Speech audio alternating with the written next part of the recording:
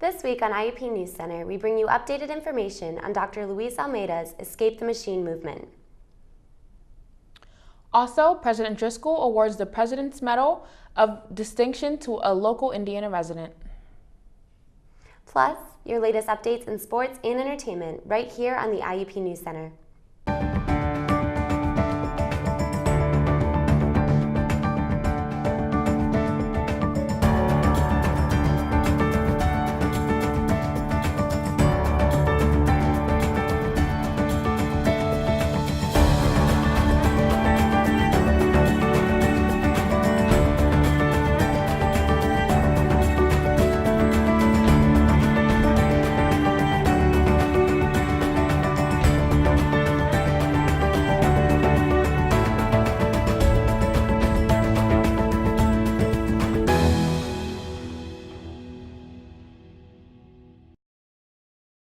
Welcome to IUP News Center. I'm Bree Spitzer.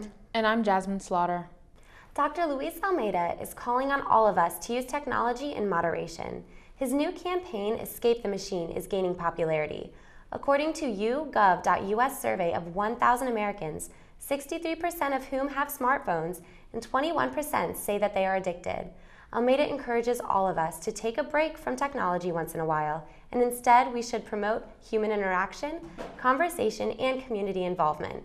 Dr. Almeida also said that Escape the Machine is a big dream, but in the age of social media where we have the opportunity to make things go global, that is the goal. He encourages everyone to follow the movement on Twitter at Escape the Machine and on Facebook. The highest non-degree award offered by Indiana University of Pennsylvania will go to one distinguished community member, Nell G. Jack, who has both supported and promoted IUP, will receive the President's Medal of Distinction of 2015 for her service to the school. She will be presented with the award by IUP's President Michael Driscoll on April 22nd. Jack was responsible for the Blue Room restoration, which has helped raise scholarship money for IUP athletes, and along with her husband, established the Nell and Sam Jack Distinguished American Lecturer Series. Through her contributions, she has elevated the university's reputation as well as garnered positive attention. Many IUP students may not realize we have our own university museum in Sutton Hall, and this week's selections from the museum's permanent collection are on display at the Artist Hand Gallery in downtown Indiana. This is a great opportunity for the community of Indiana to see IUP art and history while sipping a favorite beverage and checking out other local artists. The event will take place this week only, so if you're on Philadelphia Street, stop in from 10 to 5 Tuesday through Thursday and extended hours Friday until 7. Have you ever considered having your work published but don't know where to start or what the publishing process entails? IUP Libraries wants you to know they are here to help and will be hosting an informational coffee house on Friday, April 10th from 11:30 a.m. to 1 p.m. in the Java City area. The event will cover topics that include selecting appropriate publishers to submit your manuscript to, following publication guidelines, the first steps to getting your research journal, article, or book published, even information on returning your rights as an author when submitting your work. All are welcome and ideas encouraged. It's that time of year again when we see the waving flags from all around the world and come together to celebrate IUP's annual Student Unity Day. This free event is open to all IUP and the Indiana community. Different nationalities from all over the world will be hosting their country's table and will prepare a native dish for everyone to taste and enjoy. The day will begin at noon in the upper area of the hub and conclude at 3 o'clock p.m. Those participating in the event are asked to arrive at 11 o'clock a.m. to prepare. After lunch, all attending will gather into the Hub Ohio room for performances that will surely leave you inspired by something new. There will even be a kids' room with child-friendly entertainment during the lunch portion of the day. The purpose of Unity Day is to make IUP and the surrounding community aware of the diverse cultures present on campus. Make sure you stop by this Saturday. Now, here are Andy and Elise to bring us more news from the field. We stopped by the KCAC on Monday night to check out the IUP Men's Basketball National Celebration to commemorate the team's achievements this season and final finish as Division II National Finalists. We spoke to some of the key players, the team captain, Coach Lombardi, and President Driscoll. One of the things that really impressed me about what was a great season is how the men on the team came together and really formed a team. And you could see, I think, from about the middle of the season on, how they were improving their play, helping each other, being very much engaged with each other, not worrying about who gets credit, making things happen. We played great defense all year, but at times we struggled on offense, and we had so many new players on the team. It was going to take a while for us to click on the offensive end, but it clicked at the end of the season around tournament time. That was when it was supposed to. I spoke with the team captain and asked how he was able to bring his team so far. I think this team did a great job of, sacrificing to come together to think about the bigger picture, which is the championship. Coach Lombardi shares his greatest joy of the season. The greatest joy in coaching is sometimes doesn't even come after the great win like Tarleton State or West Liberty. The joy just comes from seeing guys work hard and enjoying a lot of the small victories and a lot of the small wins along the way, and just being able to overcome some things as a group, and having the good fortune of being in a leadership position with young men to do that. IUP community members, as well as the men's basketball team, had a great time coming together and are looking forward to next season. A woman was struck by a train on the evening of April 4th. Amtrak spokesman Mark Magliari says that the woman was struck around 7 p.m. that evening near Sharon Hill, Pennsylvania. According to Magliari, none of the Amtrak crew or over 300 passengers on board at the time were seriously injured. The train in question is the Pennsylvanian, which runs twice daily from Chicago to New York City. The police said officers were still investigating and will not be immediately releasing any details. Desiree Renee Anderson was arrested Saturday after surveillance showed that she tried to deliver narcotics to her husband in the State Correctional Institution at Somerset. Anderson allegedly tried to pass her incarcerated husband the drugs via balloons. Her husband, who has not been named, then ingested the balloons to smuggle them back to his cell. Anderson was arraigned Saturday by District Judge Kenneth Johnson in Somerset. She was taken to Somerset County Jail after failing to post a $50,000 bond. 14 people were injured, one seriously, when a ceiling collapsed during Easter services at a Methodist church in New Jersey, authorities said. As many as 100 worshipers were inside the Korean Union United Methodist Church in Rahway when the ceiling began to crumble. The ceiling bulged and suddenly the entire ceiling crashed atop the pews, a witness said. 13 people with apparent minor injuries were taken to Rahway Hospital. One person who sustained a cut to the head was taken to the University Hospital in Newark.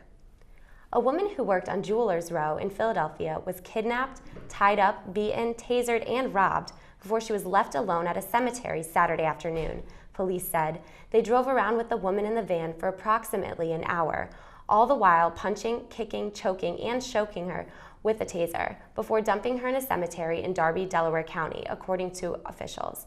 The victim managed to remove the hood and made her way to Hook Road, where a woman driver stopped to help and called 911. The victim was taken to Penn Presbyterian Hospital and treated for a concussion, bruises, contusions, and scratches, according to investigators. The suspects were described as black men with dark complexions. All three men were last seen wearing black pants. Anyone with information on these men is urged to call Philadelphia police. A teenage woman stabbed a man in the chest inside a Philadelphia apartment on Easter Sunday. Officers captured a 19-year-old after Philadelphia police said she stabbed a 20-year-old man in the right side of his chest. Medics rushed the man to Hahnemann Hospital, where he was listed in stable condition. After the stabbing, police recovered a knife, and Housing Authority police arrested the suspect, who knew her alleged victim, said investigators. No word yet on what charges the woman could face. Parents need to be on alert after a man tried luring a 10-year-old girl in Indiana County earlier this week. A man being described as heavy-built, 50 years old, who was driving an orange pickup truck, asked the young girl if she wanted a ride to school around 8 a.m. Monday on Kettering Road. The child refused and he fled immediately. If you have any information, please contact the state police. Now we're going to hand things over to Catherine and Jackie. Hi, I'm Catherine Murphy with IUP News Center. This week's 6 o'clock series was all about the Coexist movement. Representatives from religions such as Islam, Buddhism, and Christianity will be speaking about their faith in relation to ritual and rebirth. Speakers from each of the 5 religions represented shared their religion's relations to the theme of ritual and rebirth. The purpose was to show that though their beliefs differ on a big scale, they have more in common than one might think. The religions present at the seminar are part of the Interfaith Council and have organizations of their own in the IUP and Indiana community. All residents and students are invited to participate and learn more about each and every one of them. Could you please tell me your name? I'm Michelle Santoff. Okay. And why did you decide to come to the 6 o'clock series tonight? I'm a part of the Interfaith Council, and I just think that it's really important to get faith traditions together and to talk and listen and learn from each other. Okay, so were you presenting any certain religion or just all kinds of religions? I'll be here at the table representing the Muslim Student Association, so I'll be talking about Islam and the experiences of Muslims. Okay, so can you really tell me anything about that religion? There's a lot to tell about that religion. The theme today is rebirth and renewal. So one of the things that we're talking about at our table is the theme of the cycles of nature in the Quran as being signs from God, what we call ayat from God. And so we talk a bit about the desert coming back to life after rain and how that's a symbol and a blessing from divinity. Oh, wow. Okay, very interesting. Have you learned a lot about the other religions that have been talked about or presented tonight? Yeah, it's been very interesting. We've heard about Hinduism and Buddhism so far, and I've learned some new stuff. I've heard about Holi before, but I didn't know the story behind it, so it's been very interesting. All right, good. I saw on the pamphlet there is the whole thing is coexist. So what do you think about the coexist movement?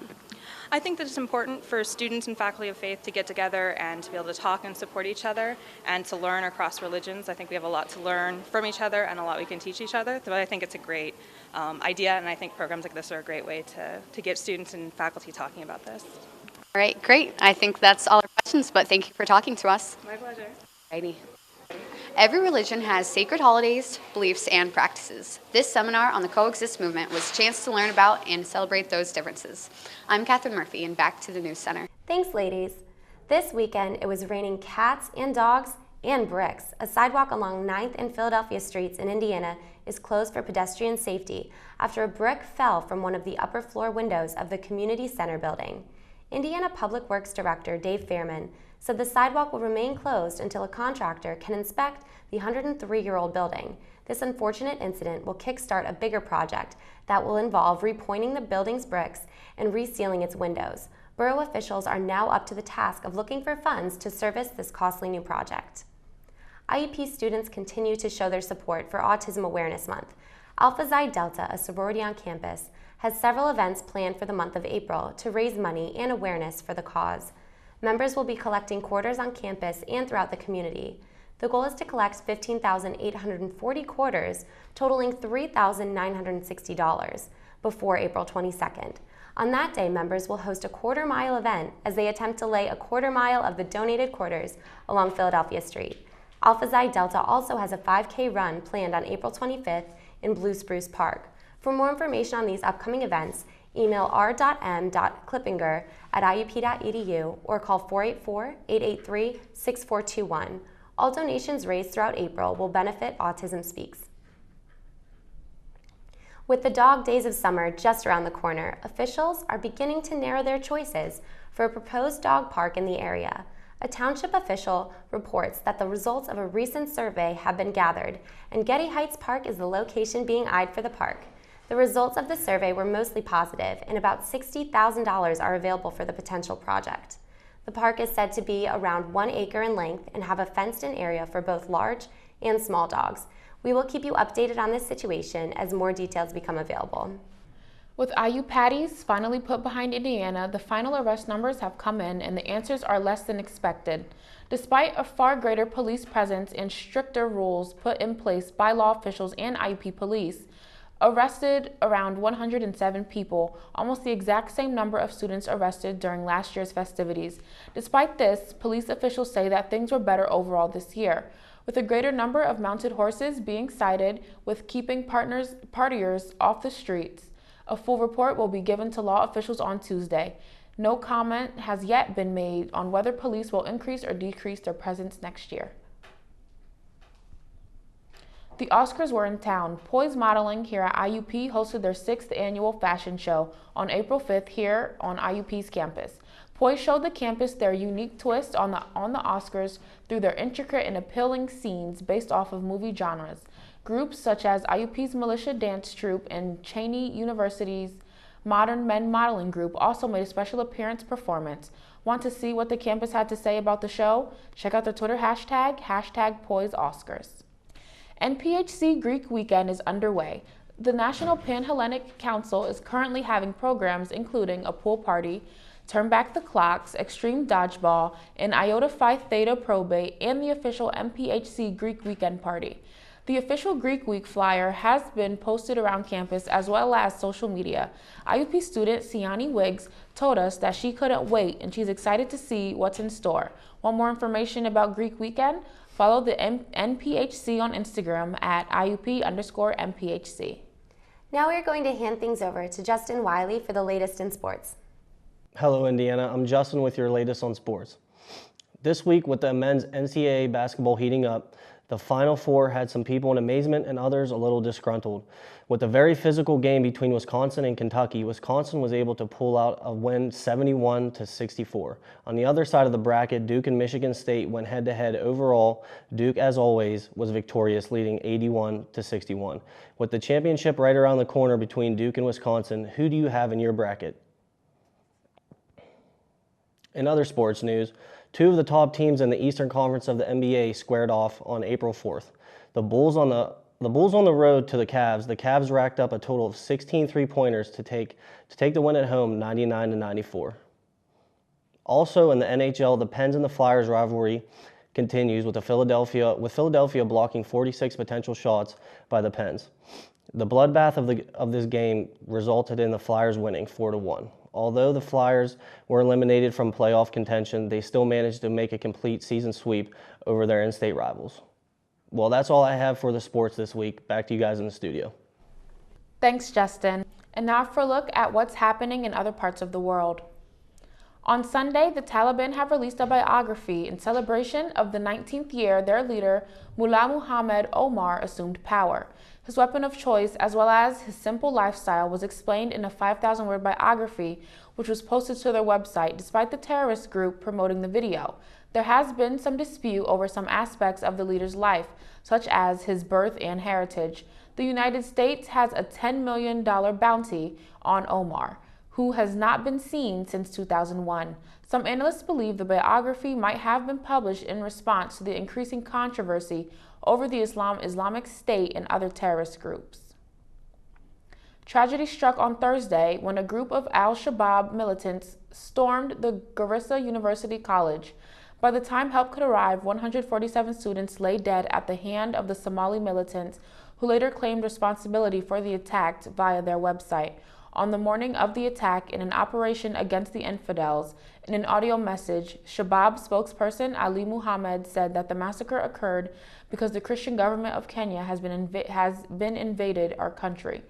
Pope Francis said in his Easter message that his thoughts and prayers were with those killed in the tragedy. Fighting at refugee camps has led to many Palestinians to flee their temporary living spaces. Islamic State gunmen have been attacking the district, trapping up to 18,000 refugees, while the fighting rages around them. Anywhere from 100 to 300 families have been able to escape, but the question is, to where? A UN relief agency reported, "We now have an intense armed conflict raging in the streets, people cowering in their homes too, terrified to move." The UN agency has called for a ceasefire to allow the thousands of families trapped to receive a much-needed aid. Its gunmen carried out their first attack near Syria's capital on April 1st, which gained them. Now to bring things back more locally. A recent security update from the Indiana Regional Medical Center shows that safety and hospitals don't always go hand in hand. According to hospital officials, the 17 members of the Safety and Security Department will be armed while on duty, beginning on Monday. Each security officer has undergone physical and psychological examinations, along with 100 hours of training under Pennsylvania's Lethal Weapon Training Act. The decision to arm the officers was not easy, but it was necessary to protect both staff and patients. According to IRMC President Stephen Wolf, the changing environment around us and the increase in physical confrontations were both factors that led us to this point. This is the first time in the hospital's 100-year history that security officers have ever been armed on duty. All members of the IUP University family were invited to celebrate the IUP men's basketball team's trip to the Elite Eight and final finish as second in the nation. There were refreshments and free t-shirts available at the event. The celebration was held on Monday, April 6, 2015, from 5:30 p.m. to 7 o'clock p.m. in the Kovalchik Convention and Athletic Complex Center. People met the players and showed up to support them and the IUP men's basketball team. At Uptown Fitness, located in Indiana County, a charity event was held in order to raise money for Team Red, White, and Blue. During the competition, Ty Samsell of Milton squatted 455 pounds during the weightlifting portion of the competition. Contests included pull-ups, back squats, and bench presses. A portion of the proceeds will be donated to a nonprofit organization that raises money for military veterans. IUP sophomores Emma Williams and Mara Menk spent their free time helping the local Girl Scouts develop to their full potential this week. Williams is an early childhood education major and was a Girl Scout herself from kindergarten through her senior year of high school. As a senior, Williams earned a Gold Award, which is the highest award a Girl Scout can achieve. I like to use what I learned in class with the troops in the most fun way possible, says Williams. And now we're going to hand things over to Matt Nakagama for our entertainment segment. Thanks, Bree. And good afternoon, Indiana. In national entertainment, the show Lip Sync Battle on Spike is becoming more and more popular. The past 2 weeks, celebrities have been singing hit songs against each other, like actor Dwayne Johnson against talk show Jimmy Fallon, and rapper Common against singer John Legend. It has been quite entertaining to many people, and tonight, actress Anne Hathaway will go against actress Emily Blunt. Watch the show on Spike on Thursdays 10 to 9 Central. The Pulse, IUP's student leadership, campus, and community engagement, philanthropic, and resource organization has a murder mystery dinner underneath Foster Dining Hall in the Oak Room this Saturday, April 11th from 6 to 10 p.m. While attending the dinner, you can try to figure out who the murderer is, and whoever the first 3 people to guess the murderer will win a special prize. People wishing to attend should buy their tickets in advance at Pratt 307 or the Hub box office for $8 for a single ticket or $15 for a pair of tickets. If you have any questions, email Charlotte Smith at yghs@iup.edu. Also, in local entertainment news, there will be a concert from the cello duo Jones-Murray tonight, April 9th. Jones-Murray concerts are known all over the world from their active concerts and their development since 1990. Michael Kevin Jones and Augustine Murray are brought to you by Ovations Lively Arts. The duo will play music by the cello player and a classical guitar player as they harmonize their work to IUP. While they're here, they will collaborate with a concert pianist and IUP piano professor, Henry Wong Do. Tickets are sold online, and once again, the concert is this Thursday, tonight, April 9th, and it starts at 8 p.m. at the Goral Recital Hall, 2nd floor of Sutton Hall. That's all this week for entertainment news. I'm Matt Nakagama. Back to you guys in the studio. Thanks, Matt. Well, that's all the time we have tonight. On behalf of IUP News Center, I'm Bree Spitzer. And I'm Jasmine Slaughter. Make sure to tune in next week for Grade A News. Good night.